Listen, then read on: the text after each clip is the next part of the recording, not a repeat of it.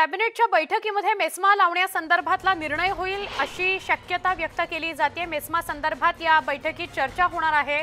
सरकार कठोर कारवाई करणार असं दिसतंय, कारण या आधीची जी बैठक परिवहन मंत्री अनिल परब यांनी घेतलेली होती ती वेगवेगळ्या विषयांवरची होती आणि त्यानंतर सुद्धा आवाहन करण्यात आलेलं होतं की जे उर्वरित कर्मचारी आहेत त्यांनी कामावर रुजू व्हावं, पण तसं काहीही गेल्या 4 दिवसांमध्ये झालेलं नाही।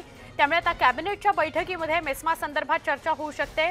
संपकरी एसटी कर्मचाऱ्यांवर मेस्मा लावण्याबाबतचा निर्णय कॅबिनेटच्या आगामी बैठकीत होण्याची शक्यता आहे। मेस्मा लावल्यास काय परिणाम होऊ शकतात यावर आगामी कॅबिनेटमध्ये चर्चा होईल। मेस्मा लावण्यासंदर्भात मुख्यमंत्री उद्धव ठाकरे इतर मंत्र्यांचाही सल्ला घेतील।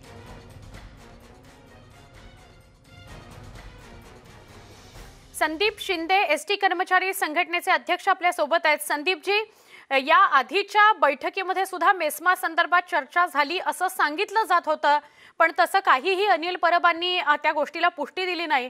कॅबिनेटमध्ये मात्र या संदर्भात चर्चा होईल आणि आता जे येत नाहीयेत कामावर त्यांच्यावर मेस्मा अंतर्गत कारवाई करावी अशा निर्णयापर्यंत किंवा अशा निर्णयाच्या चर्चांपर्यंत येऊन पोहोचलंय सरकार। संदीपजी, काय सांगाल तुम्ही? नाही, मेस्मा हा शब्द जरी ऐकला तरी आमच्या एसटी कर्मचाऱ्यांच्या अंगावरती काटा येणारा हा शब्द आहे। खरं तर मेस्मा यापूर्वी आम्ही ऐकला होता, डॉक्टरांना वगैरे लागलं, परंतु त्यांना नोकरीवरून काढलं तरी त्यांनी 4 ठिकाणी टेलिस्कोप लावला की त्यांना इन्कम मिळत असे, परंतु एसटी कर्मचाऱ्यांचं पोट हे केवळ एसटीच्या नोकरीवरती आहे। यापूर्वी सुद्धा आम्ही परिवहन मंत्री महोदयांना कृती समितीच्या वतीनं कारवाई करू नये म्हणून आम्ही भेटलो होतो। त्यांनी सकारात्मकता सुद्धा दाखवली होती आणि याही वेळेस मेस्मासारखा जर निर्णय राज्य सरकारने घेतला तर एसटी कर्मचाऱ्यांचं अतोनात नुकसान होणार आहे। अगदी त्यांच्या चुलीमध्ये पाणी पडणार आहे, अशा प्रकारची परिस्थिती, गंभीर परिस्थिती निर्माण होईल आणि म्हणून या बाबीचा फेरविचार पुन्हा एकदा करावा अशा प्रकारची विनंती आपल्या माध्यमातून मी मुख्यमंत्री महोदयांना आणि परिवहन मंत्री महोदयांना आणि उपमुख्यमंत्री महोदयांना करेन। नक्की संदीपजी, धन्यवाद। आपण आपल्या भावना व्यक्त केल्यात न्यूज 18 लोकमतवर त्याविषयी। गुणरत्न सदावर्ते एसटी कर्मचाऱ्यांचे वकील आपल्या सोबत आहेत। गुणरत्नजी, तुम्ही या संदर्भात काय सांगाल? आता कॅबिनेटच्या बैठकीमध्ये यावर चर्चा होऊ शकते की जे अजूनही कर्मचारी कामावर आलेले नाहीत त्यांच्यावर मेस्मा लावायचा का? 100% कष्टकरी एकत्र आलेले आहेत, एकवटलेले आहेत, विलिनीकरण एकच त्यांचं म्हणणं आहे आंध्र प्रदेशच्या धर्तीवर। आता त्याच्या पुढे सांगतो की मेस्मा कधी लागतंय, जेव्हा तुम्ही शासन असता। स्वतः होऊन IBN न्यूज 18 लोकमतनी जुनं जर डिबेट पाहिलं असेल तर आपल्या लक्षात येईल की प्रस्तुत परिवहन मंत्री त्यावेळेस काय म्हणाले होते अनिल परब की लागू शकत नाही जोपर्यंत स्टेट असत नाही। त्याच्यानंतर दिवाकर रावतेजींनी सुद्धा सांगितलं होतं। त्याही उपर जाऊन मी असं म्हणेल की आता सरकारला इंदिरा गांधींनी ज्या प्रकारे इमर्जन्सी आणली होती आणि या देशाने इमर्जन्सीचं काय केलं होतं आणि काय पंचायत झाली होती इंग्रजींची ते आता लक्षात घेतलं पाहिजे आणि अशा प्रकारे इंग्रजी हुकुमतीप्रमाणे लोकांना त्रास देऊन अशा प्रकारचे दुखवटे चिरडले जाऊ शकत नाहीत। त्यांच्या दृष्टीने संप यांच्या दृष्टीने हा दुखवटा आहे। आणि गुणरत्नजी, एक गोष्ट पुन्हा स्पष्ट करा, अत्यावश्यक सेवेमध्ये एसटी येते, पण कायदे तज्ञ म्हणून तुम्ही काय सांगाल? आता विलिनीकरणाचा मुद्दा कोर्टात आहे त्यामुळे मेस्मा लावता येत नाही असं तुम्ही सांगताय? नाही, 2 गोष्टी। जर समजा अत्यावश्यक सेवेमध्ये येते तर मी न्यूज 18 लोकमतच्या माध्यमातून असं आव्हान करत आहे परिवहन मंत्र्यांना की 350 कष्टकरी करोनामध्ये त्यांनी प्राण गमावलेले, त्या 350 कष्टकऱ्यांना 50 लाख रुपये कधी देणार आहात? एक। दुसरी गोष्ट मी तुमच्या माध्यमातून सांगू इच्छितो, जर तुम्ही म्हणजे दिवाकर रावजी खोटं बोलले होते का? त्यांनी माफी मागितली पाहिजे। एसटी महामंडळाच्या कर्मचाऱ्यांना लागू शकत नाही मेस्मा म्हणून। आणि तिसरी गोष्ट मला तुमच्या माध्यमातून सांगायचंय की अगोदर त्यांना सरकार स्टेट म्हणून मान्य करावं लागेल विलिनीकरण आणि त्याच्यानंतरच अशा प्रकारची कठोर कारवाई एकदा नाही 2दा करा, पण आधी विलिनीकरण करा, नंतर 2दा नाही 3दा मेस्मा लावा, काही हरकत नाही। परंतु सध्या तुम्ही कायद्याचा खेळ मांडू नका आणि तुम्ही जे बोलला होता त्याच्या समोर तुम्ही स्वतःच खोटारडे ठरू नका। आणि मला असं वाटतं की कॅबिनेट जे डिसिजन घेईल ते डिसिजन यापूर्वी हे जे काही बोलले होते यांची स्वतःचीच वक्तव्य तपासून घ्यावी किंवा पाहून घ्यावी। गुणरत्नजी, धन्यवाद। आपण सविस्तर न्यूज 18 लोकमतशी बोललात त्याबद्दल। ॲडव्होकेट गुणरत्न सदावर्ते आपल्या सोबत होते, जे आपल्याला या सगळ्याविषयी स्पष्टता देत होते। आतापर्यंत माजी परिवहन मंत्री दिवाकर रावते असतील किंवा स्वतः अनिल परब असतील किंवा सरकारतर्फे काय नेमकं मेस्मा संदर्भात बोलण्यात आलेलं आहे, सांगण्यात आलेलं आहे, वक्तव्य करण्यात आलेली ती बघा आणि मगच कॅबिनेटच्या बैठकीमध्ये मेस्मा लावण्यासंदर्भातला निर्णय घ्या किंवा त्यावर चर्चा करा, असं गुणरत्न सदावर्ते म्हणतायत.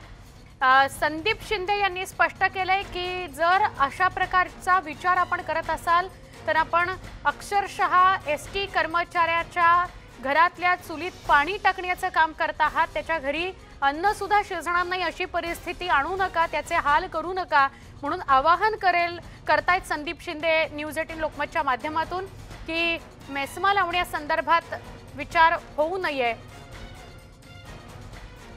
एसटी कर्मचारी जे अजूनही कामावर रुजू झालेले नाही त्यांच्यावर मेस्मा अंतर्गत कारवाई करावी असा विचार कॅबिनेटच्या बैठकीमध्ये होण्याची शक्यता आहे.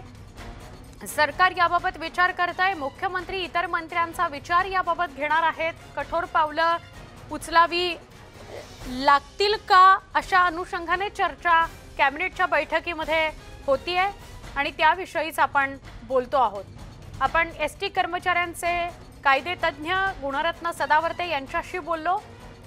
त्याआधी संदीप शिंदे यांच्याशीही एसटी तर्फे त्यांनी आपल्याला प्रतिक्रिया दिली. विधान परिषदेचे विरोधी पक्षनेते प्रवीण दरेकर आपल्यासोबत जोडले गेलेले आहेत. प्रवीणजी, अशी माहिती मिळतीये की कॅबिनेटच्या आगामी बैठकीमध्ये आता जे अजूनही एसटी कर्मचारी कामावर रुजू झालेले नाहीत त्यांच्यावर मेस्मा अंतर्गत कारवाई करावी असा विचार होणार आहे. मला वाटतं मी पहिल्या दिवसापासून सांगतोय की सरकारने एसटी कर्मचाऱ्यांचा प्रश्न समन्वयातनं हाताळायला हवा. हिटलरशाही पद्धतीनं मेस्मा लावून वेगवेगळ्या प्रकारच्या कठोर कारवाया करण्यापेक्षा आंदोलकांच्या प्रतिनिधींना बोलवून विलिनीकरणाच्या दृष्टीनं चर्चा केली असती, मार्ग काढली असतं, तो जास्त सोयीचं ठरलं असतं. परंतु हे सरकार या ठिकाणी जबरदस्तीनं या ठिकाणी कर्मचाऱ्यांना त्यांचं आंदोलन चिरडण्याचा त्यांचा प्रयत्न आहे. मला वाटतं कर्मचाऱ्यांचा जर आक्रोश पाहिलात, कारण आज कर्मचारी सस्पेंड झाले तरी घाबरत नाहीत, कर्मचाऱ्यांची सेवा समाप्ती केली घाबरत नाहीत, 43 लोकांचे मृत्यू झाले, हृदयविकाराच्या झटक्याने मरतायत. एका बाजूला मरणाला त्या ठिकाणी कवटाळतायत तरी पण ते आपल्या आंदोलनावर ठाम आहेत. याच्या मागे त्याचं गांभीर्य लक्षात घेण्याची आवश्यकता आहे. आपण सरकार आहोत, कायदा आहे म्हणून त्या ठिकाणी जोर जबरदस्तीनं मला वाटतं अशा प्रकारे त्या कष्टकरी कर्मचाऱ्यांवर अत्याचारीने अतिरेकी भूमिका घेऊन मेस्मा लावू नये असं माझं स्पष्ट म्हणणं आहे. अजूनही चर्चेला त्यांना संधी द्यावी. असल्याचे 2-4 अल्टरनेट त्यांना द्यावेत, बोलवावं आणि मला वाटतं सामोपचारातून समन्वयातनच मार्ग काढला तर ते सोयीचं ठरेल. अन्यथा चुकीच्या दिशेला आंदोलन जाईल आणि उद्रेक होईल. त्याचं गांभीर्य त्याने लक्षात घेण्याची आवश्यकता आहे. नक्की. आभार. आपण प्रवीणजी सविस्तर बोललात त्याबद्दल. सदाभाऊ खोत रयत क्रांती संघटनेचे आपल्यासोबत जोडले गेलेले आहेत. सदाभाऊ, तुमची काय प्रतिक्रिया? तुम्ही तर दुवा बनण्याचं काम सुद्धा केलेलं आहे. सरकार आणि या सगळ्या कर्मचाऱ्यांमधला दुवा बनण्याचं काम केलेलं आहे. मात्र आता मेस्मा अंतर्गत कारवाई होऊ शकते. कुठेतरी भीती दाखवली जाते, दबाव टाकला जातोय कर्मचाऱ्यांवर.